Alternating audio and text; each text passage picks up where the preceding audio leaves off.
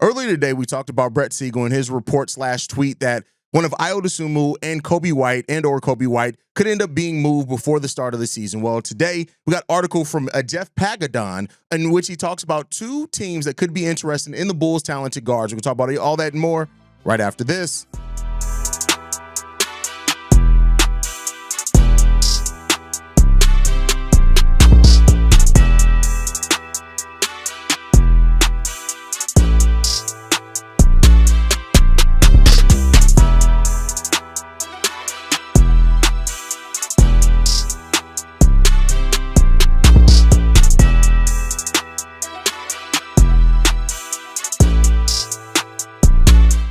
What's going on, Bulls fans? Welcome to another episode of Chicago Bulls Central, your number one spot for everything Chicago Bulls related. I'm the host, Hayes, but more importantly, you guys can follow the channel at Bulls Central Pod on every social media platform we happen to be on. With that said, let's go ahead and get into this content today. Y'all, I want to be clear. This is not a report. This is more a trade rumor. And for those that are asking, well, Hayes, what is the difference between the two? The difference is quite big. A trade, or more of a report, is somebody who is tied into the team saying that, hey, I am hearing that this team wants to move this player for this one from this other team. This is more, I think, a speculation in regards to kind of what Brett Siegel and what's been talked about the Chicago Bulls and things like that. So I want to be clear there. Do not take this as like somebody saying, oh my God, no, this is what the offer is. We don't know that for sure, right? But Jed Pagadon, and this comes from Clutch Points, talked about the two teams that could be interested in Ayo Dosunmu and Coby White. And one, the Lakers with Ayo Dosunmu, is one that we've heard about before. In regards to the Dallas Mavericks one, not that this is the first time we've heard that the Mavs could be interested in Coby White. This is the first time we've kind of heard who they could be willing to trade for Coby White. So this one comes from, again, Jed Pagadon, who says this. Their defense next season is going to be incredible. Their assortment of talent, especially in the front court, is impressive. With Flagg joining the ranks of Anthony Davis, Daniel Gafford, PJ Washington, and Dereck Lively, their wing core is comprised of solid rotation pieces such as Najee Marshall, Klay Thompson, and Max Christie, with potential bounce back from Caleb Martin looming. They've even addressed their guard situation, signing D'Angelo Russell in free agency to be a stopgap amid Irving's recovery from injury. At this point, the Mavs have a full roster and appear to be in a good shape, but if the Mavericks want to go one step further in addressing their backcourt needs, there may be a very likely trade that they could pursue. And he goes on to talk about Coby White for Dereck Lively, Jaden Hardy, and Brandon Williams. Now, most Bulls fans are going to know, first off, this is why I say take this one with a grain of salt, because the Bulls can't take back 3 players for Coby White. We just can't. We don't have the open roster spots now. We could buy those guys out, or we can buy out a guy like Javon Carter to try to free up some space. And the question then becomes that, is Jaden Hardy enough of a replacement for Coby White? Could he be somebody who could fit in that backcourt with Josh Giddey and then Dereck Lively? I think most Bulls fans will say, if you can get Dereck Lively to be your point guard, your center for Josh Giddey, who's your point guard, a lot of Bulls fans will say, yeah, get that guy in here. Now, the question is doing that for Coby White. That's where these trade things and talks, it feels like sometimes they're one-sided because A, not only could the Bulls not complete this trade, but B, would they leave themselves at such a deficit at the guard rotation? Even if they do, with them having Trey Jones and Isaac Okoro, they're not nearly the players that are scorers like Coby White. If you do this trade, you're either looking for to get another scorer back in a subsequent trade or something, or you're looking for somebody like Madas Buzelis to step up and become a bigger time scorer for you. Now, Jaden Hardy is somebody that has tremendous potential. He's undersized, though. That's the question. And he's a former second-round pick, only at 6'3", 198 pounds. He is somebody, though, that does have potential to be a scorer, to be a shooter. He's only 23 years old. He does kind of fit that mold of players that, AK has wanted to take a shot on before. But it's getting Dereck Lively in the offset here, right? You're going to be missing some serious scoring with Coby White leaving your team. And that is part of the reason why, like, when we hear things like, there's no movement with Casey Johnson really on a Coby White trade, stuff like that. But I get it that you're trying to find the Bulls, and will they be willing to give up? Dereck Lively's 21 years old, 7'1", 231 pounds. I have no problem for trying to get Dereck Lively in here to be the center of the future for the Chicago Bulls. Is giving up Coby White the thing to get that done, though, right? Now, I know that a lot of Bulls fans, you have your Bulls fans are on the side of, well, Coby White's a glorified six man, even though I don't feel that way. And then you have your Bulls fans like, we absolutely can't give up Coby White. He's our best player. And I can understand both sides of that. I don't agree, but I understand what they're rooted in on both sides of that. If I had to pick one that I agree with more, I agree more with Coby White being our best player, even though I will admit that if Coby White's your best player, we haven't yet proven that you can go far with Coby being your best player. But again, this would be the Bulls moving on from a player in Coby White that they may have decided that we can't afford to keep him. Well, they can't afford it, but they don't want to pay a backcourt of Coby White and Josh Giddey for the limitations that are there. This is them going out and getting a player that more so fits what they need currently on this roster. It just, even with the defense that Dereck Lively provides, even with the theoretical, rim protection that he provides as well, even though he hasn't been necessarily the greatest rim protector yet, in reality, he's been solid, but it's not like it's been amazing. 1.5 blocks per game at 23 minutes per game. So, take that for what you will. Is he a switchable big?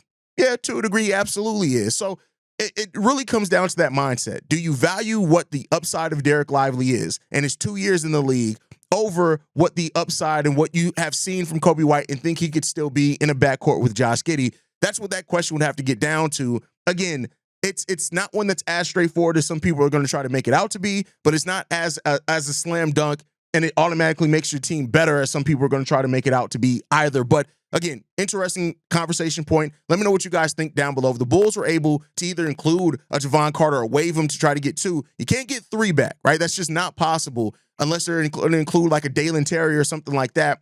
But would you be interested in a Jaden Hardy and a Dereck Lively trade and Coby White basically being the main piece that's coming out in that? Let me know what you guys think on that down below. Same writer, Jed, still had another article in which he talked about the Lakers. Now, we did hear recently that the Lakers are interested in an Ayo Dosunmu trade. We talked about the reasons why. Ayo actually seems like he would fit with Luka Doncic, and that's perfectly fine. Being a two-way player, being a player that can play out in transition, being somebody who can play 3 positions, maybe even 4 positions, that's probably just on the Bulls. I don't see the Lakers or any other team playing him as a small ball forward, but that's a Billy Donovan-ism.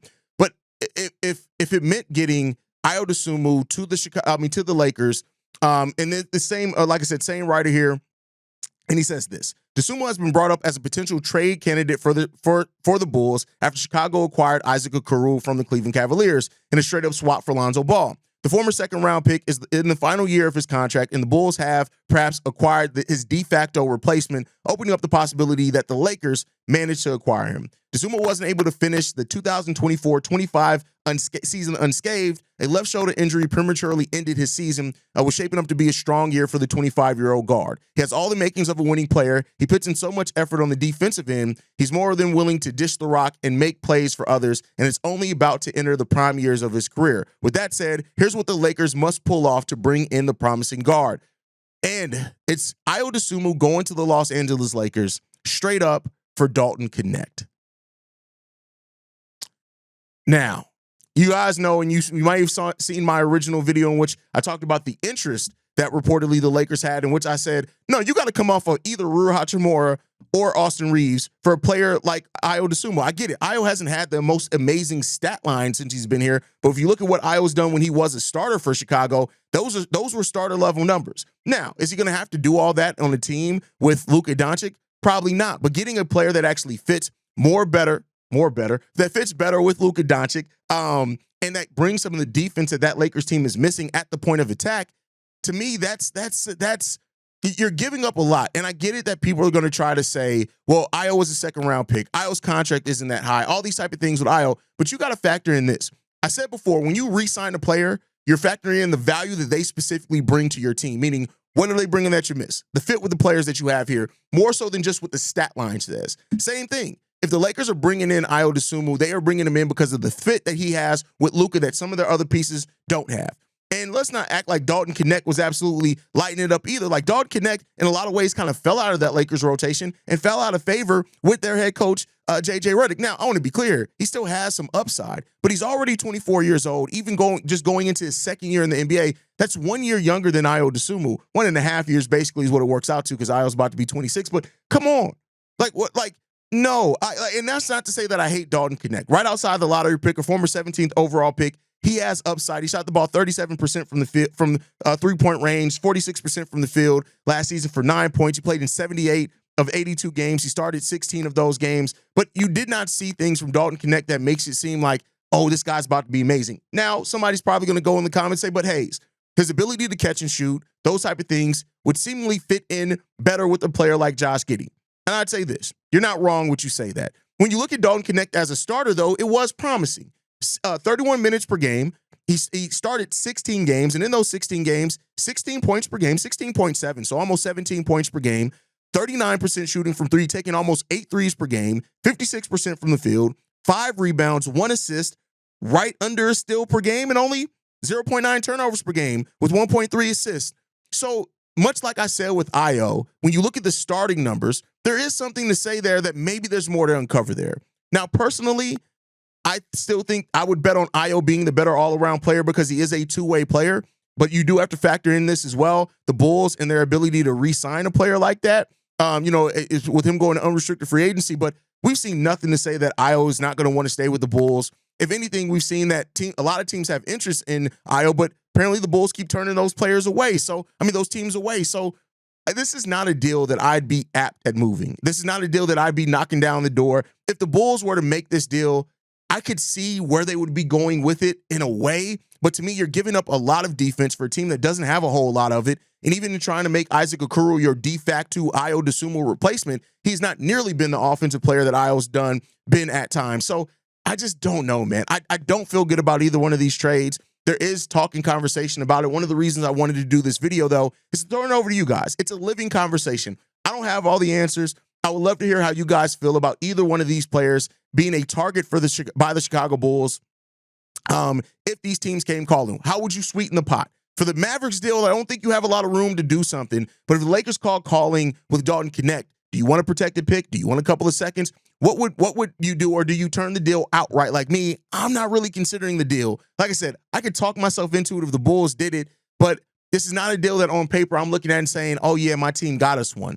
It just doesn't feel that way to me. So you guys can let me know how you feel on that down below. But the Bulls continue to be in trade talks. And like I said on today's earlier episode, a big part of that is going to be Summer League. There are going to be a lot of executives from multiple teams at Summer League, and they're going to be talking. They're going to talk. Now, that doesn't mean they're going to sit down in a meeting and have unofficial trade talks, but it means that they're going to say, hey, when you look back at it, the Luka Doncic trade was kind of broken in that situation where it was just hey, like, what would it look like if we traded Luka to you? Well, we'd offer this. So some of that stuff is going to get done as far as talks. I don't know how active the Bulls are going to be in that, but that remains to be seen. You guys can let me know how you feel on all of that down below. Make sure you guys are following us at Bulls Central Pod. You send us any feedback, questions, comments, concerns. bullcentralpod@gmail.com. Lastly, if you want to leave a text message and our voicemail for the mailbag, the number to do so, 773-270-2799. We're the #1 spot for everything Chicago Bulls related, but that is thanks to you, lovely and beautiful people. And like I like to end every episode on, go Bulls. Love you guys. See you right if you can, y'all. Peace. This has been a presentation of the Break Media.